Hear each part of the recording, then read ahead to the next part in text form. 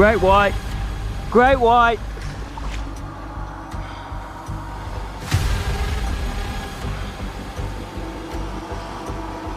Oh, I'm just... You know this person or what? No, we just seen him flailing over here. Oh, okay. Oh, so you're over here too? Yeah, I was over there fishing on that bank. Oh, y'all are together?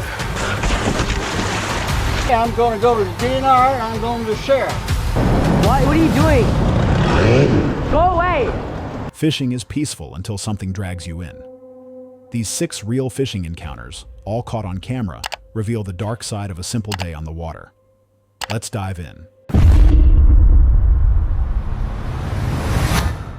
It was supposed to be just another early morning adventure at sea. The plan was simple: launch the kayak, enjoy the glassy water, and maybe catch something worth bragging about. The location was known for its unique charm: a paddle through a quiet river mouth, dragging the kayak over a sandbar, and finally reaching the open ocean.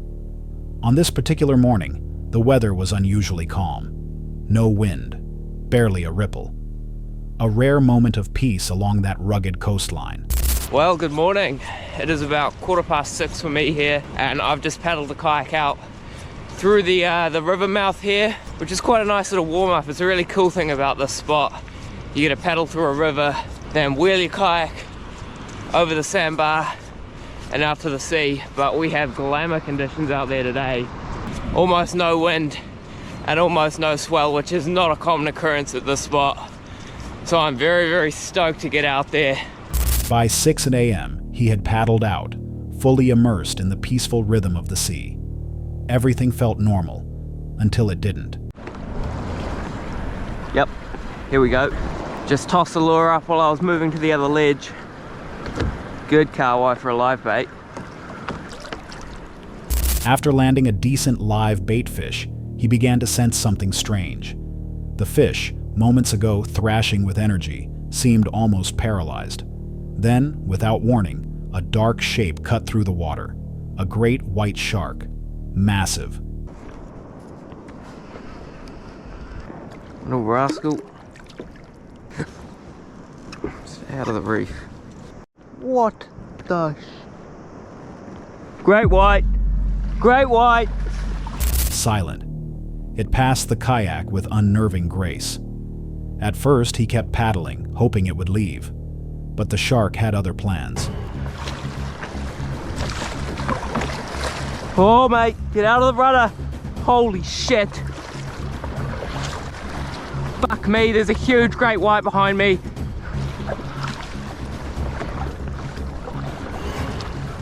Fuck me. He's following me. Fuck me. Leave me alone.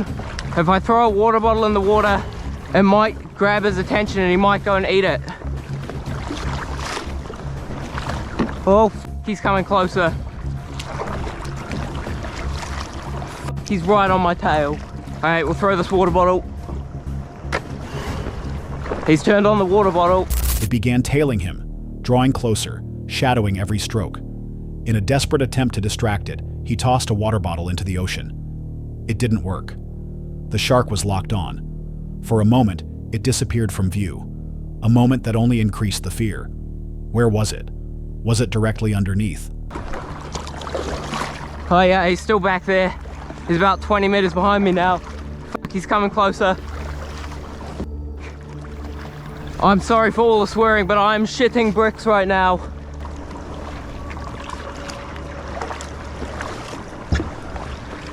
Far out. When a great white gets to that size, its main food source is marine mammals, and I'm a marine mammal right now. I don't know where he's gone, but I gotta turn these cameras off. Oh shit, that was him.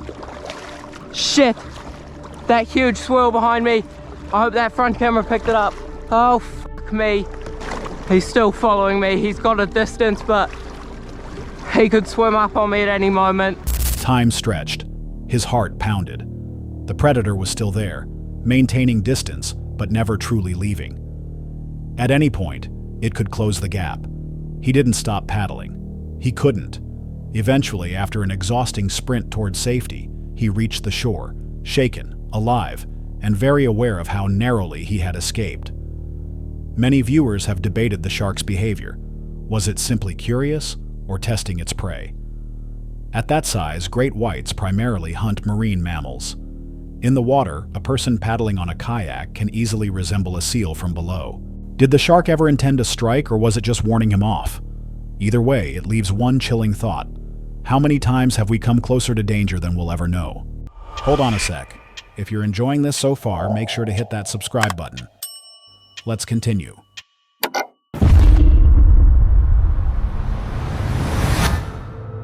May 1st, 2025.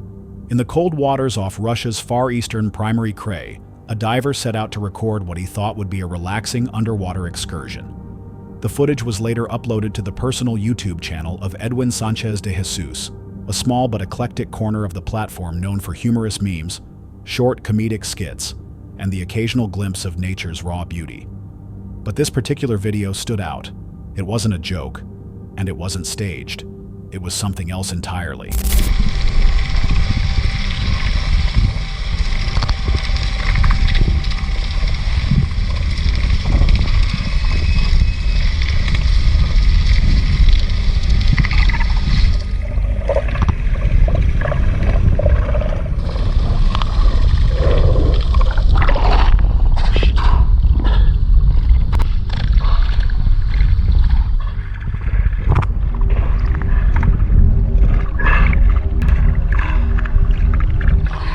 The diver descended slowly, camera in hand, documenting the marine life drifting silently around him. For a while, the video remained serene, fish gliding by, beams of light filtering through the water.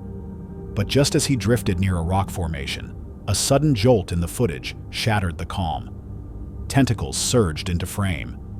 An octopus, seemingly out of nowhere, had latched onto him. The diver flailed, his breathing ragged, the camera shaking violently as he struggled against the grip.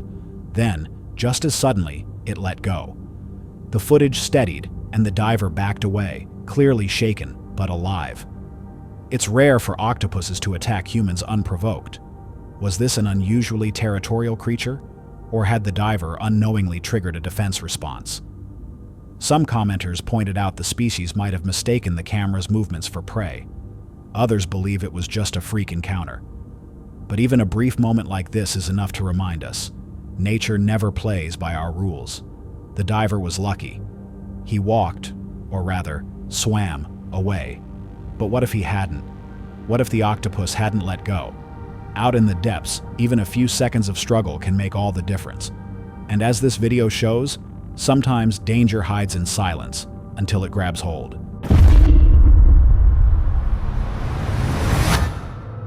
Joe set out for a peaceful day on the river, focused on one thing: fishing. He drifted quietly on his kayak, reeling in his line, surrounded by calm water and nature. But what started as a relaxing trip would soon unravel into a deeply unsettling confrontation, one that left him questioning just how far some people are willing to go when no one's watching. While Joe was fishing alone on the water, a nearby boat suddenly approached.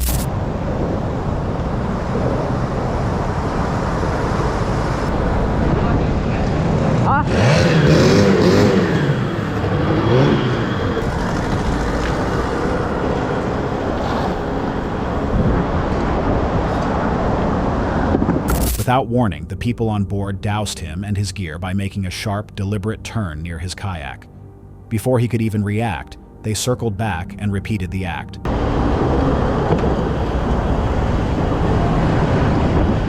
What are you doing? Go away! What are you literally doing, bro?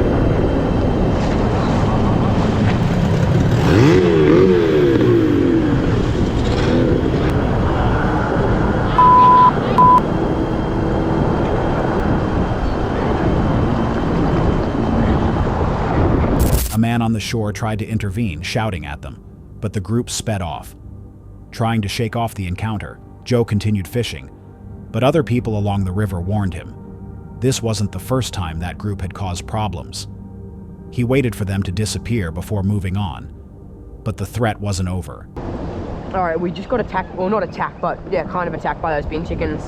We've had to come up into this little creek because as soon as I go into that main river, they just see me and they just come rearing and try and like splash me with water and be absolute bin chickens. So I've had to come up the creek until they leave, which could be a while. So it looks like we're fishing here. As he paddled downriver again, 2 boats came charging directly toward him.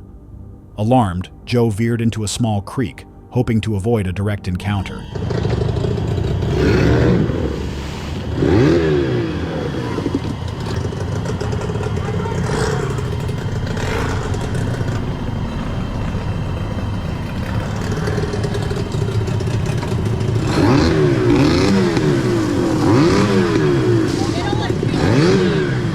But the group followed, splashing water into his boat and continuing their harassment. Feeling trapped, Joe grabbed a rock to intimidate them, and eventually, they pulled back. Later, 2 other fishermen nearby who had seen everything advised against calling the police, not because it wasn't serious, but because, according to them, this group was known and usually stopped short of actual violence. Wait, can you help me if these guys want to punt? Surely you help if these guys want to punt. Did you see what they just did? Rocks, yeah? I didn't throw any. Huh? I didn't throw any. I picked one up. Yeah, well, why are you spraying my kayak? If your boat's so good, why can't a rock hit it? What? Wait, what do you say? If your boat's so good, why can't a rock hit it? No, we won't. We'll just scare them. Bro, I'm gonna call the cops. No, they'll go away. If I do anything, then just call them. Really? Just film on your GoPro and get their faces. You know what, I'm gonna call my dad. He's just down the road. Just leave it. They'll leave you alone. Still, the group continued making comments, circling back and provoking Joe until he finally contacted his father to come and pick him up. Only then did the situation de-escalate. This wasn't just a random prank. The coordination and persistence suggest the group had done this before. Some speculate they target lone kayakers intentionally, knowing how isolated certain parts of the river are. If Joe hadn't stood his ground or had been further downriver, where no one else could witness it, what would have happened? Out in the wild, far from help, how quickly can a harmless joke turn into something far more dangerous? What began as a simple day of fishing turned into something no one was prepared for. 2 friends were casting lines along Buffalo Bayou, just outside downtown Houston, a location they'd chosen for its calm water and urban backdrop. They brought cameras, intending to document the trip for their YouTube channel. But before the day was over, they would find themselves at the center of a tragedy they never expected to witness. While fishing near a spillway, the pair heard a sudden commotion coming from farther up the bayou. One of them spotted someone struggling in the water, right beneath a nearby bridge. Ew. Oh, god damn, it hurts.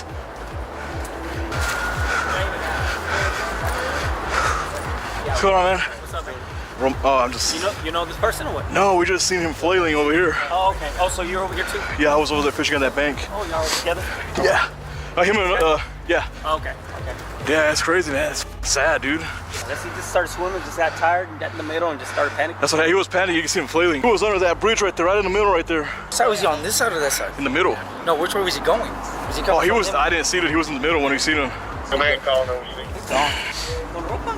No, se quitó la ropa. No. Ah, yo no sé, yo pensaba que se había tirado del puente. I thought he jumped from the bridge. No, estaba con ellos. Sí, de allá venía. Sí, se quitó la ropa. I guess he's saying that he was with those guys over there. Man, that's crazy, dude. You think HPD is gonna bring a boat to search for him? Yeah, PD's on their way. They're fishing. They're gonna bring divers. Divers and stuff. Yeah, he might be a good ways down now. Hey, you were fishing? Yeah, we're fishing. With cameras too? Yeah, I have. We have YouTube channels. So we were at the spillway over there. Way over there? Yeah, and he heard the flailing, and I looked, and his head was right here in the middle. How far are y'all down? Oh, at the spillway right over there. Yeah, way over there. You see the, huh? Yeah, right over there. To the right of the spillway. Oh, to the right of it? Yeah, to the right of the spillway. We ran over. The man appeared to be in distress, flailing, clearly unable to stay afloat. Within moments, he vanished beneath the surface. As emergency responders were called in, the fishermen rushed toward the scene, hoping to help or at least pinpoint where the person had last been seen. They weren't the only ones. Others along the water's edge had also witnessed the event unfold in real time. From what they could gather, the individual had jumped off the bridge, possibly on a dare, and likely experienced cold shock shortly after entering the water. Firefighters, police, and paramedics arrived quickly, launching a recovery operation with divers and search boats. Despite their efforts, the outcome was grim. The YouTuber, out of respect for the victim's family, chose not to publish all the footage he had captured that day. Some believe the man underestimated the temperature and current of the bayou. Others suggest peer pressure may have played a role. Urban waterways, especially near bridges, can be deceptively dangerous, with sudden drops, debris, and cold pockets that can quickly overwhelm even strong swimmers. If help had reached him just a minute sooner, would the outcome have changed? It's a chilling reminder that in the age of social media, dares, and risky challenges, the cost of a moment's thrill can sometimes be irreversible. Marcus, a seasoned angler, set out early one morning to a serene, frozen lake. The air was biting cold, around -5 degrees Celsius, but the stillness and beauty of the landscape made it feel worth the trip. He came prepared with his gear, his camera, and confidence in the solid ice beneath his feet. But hidden beneath the calm surface was a danger he hadn't anticipated. After spending some time fishing in solitude, Marcus noticed signs that the ice was weakening. Taking no chances, he packed up and began the trek back toward land, switching on his GoPro to document the journey. But just as he started moving, the worst happened. The ice beneath him gave way.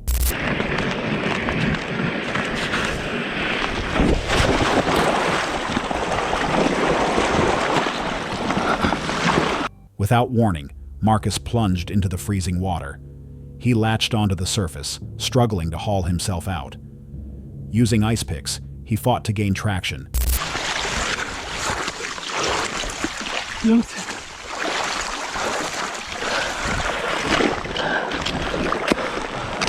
But each attempt shattered more of the ice around him. Every second in the icy depths was a battle.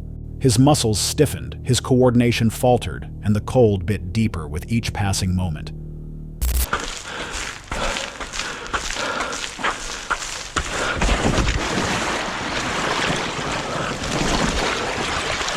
Eventually, he found a sturdier edge and pulled himself out, only to have the ice collapse again, pulling him back into the freezing lake. Despite the pain and the shock setting in, Marcus kept going, crawling, breaking through ice, clawing his way forward.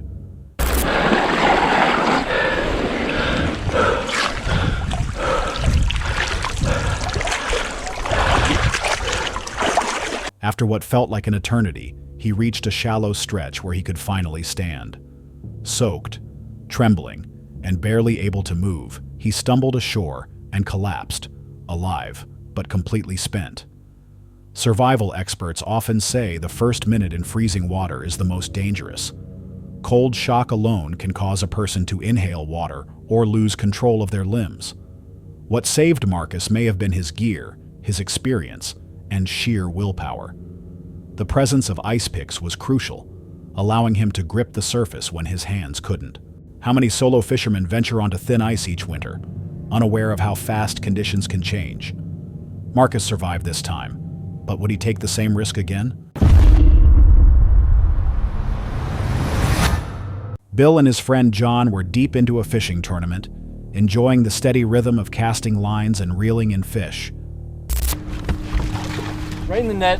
That should be right. Should be, but bump him. It'd be close. Oh, he might be short actually. Really? He popped off right in the net though. It's a keeper. John just saved it. He's a little squeaker baby, but he's gonna keep. That's number 2, potentially 3. Like I said, we don't know if John's first one's a keeper or not. Spirits were high. With each catch, the two debated measurements and celebrated close calls, the kind of lighthearted tension that comes with friendly competition. But what started as a laid-back day on the water would take an unexpectedly hostile turn. I'm going to go to the DNR and I'm going to the sheriff. The guy in the nitro over there was 50 feet from us, and he took off full blast. Just because we were bluegill fishing, and he was bass fishing that island, and that's bullshit. Hey, why don't you take it up with the individual instead of yelling at the whole group? No, no. You ain't gonna come here and start the motherfucker. You got I got it. I'll talk with him and we'll get it straightened out. I mean, I turned and fished 30 years ago with the best of them. Kid. Okay, we got it. We'll talk with him. We'll get him straightened out. This is not acceptable. Okay. You know, and you're in charge. Yep, I got it. Okay. Thank you. Thank you. As they prepared to weigh their latest catch, the mood shifted. A man from a nearby boat stormed over to their group, visibly upset. According to him, someone in a base boat had sped too close to his fishing area, stirring up the water and ruining his chances. Though the accused had been targeting a different species in another spot, the man was convinced it was an intentional act of disrespect. His frustration boiled over, and the confrontation grew heated. Voices rose, accusations flew. For a brief moment, it felt as if things might escalate further. Tensions only began to de-escalate after one of the tournament organizers intervened and assured him the matter would be addressed. Though the man eventually walked away, the energy of the event had shifted. What began as a day of calm waters and camaraderie now felt uncertain and uneasy. Fishing tournaments can bring out unexpected tension, especially when territory and competitive stress collide. While most disputes end with words, the unpredictability of emotions on open water adds another layer of risk that many overlook. What if the wrong words had been said, or the wrong person confronted? How often do calm lakes conceal the kind of pressure that could erupt at any moment? That's all for tonight's video. Which encounter gave you chills? Let us know in the comments below. Got your own experience? We want to hear it. And whatever you do, don't miss what's coming next.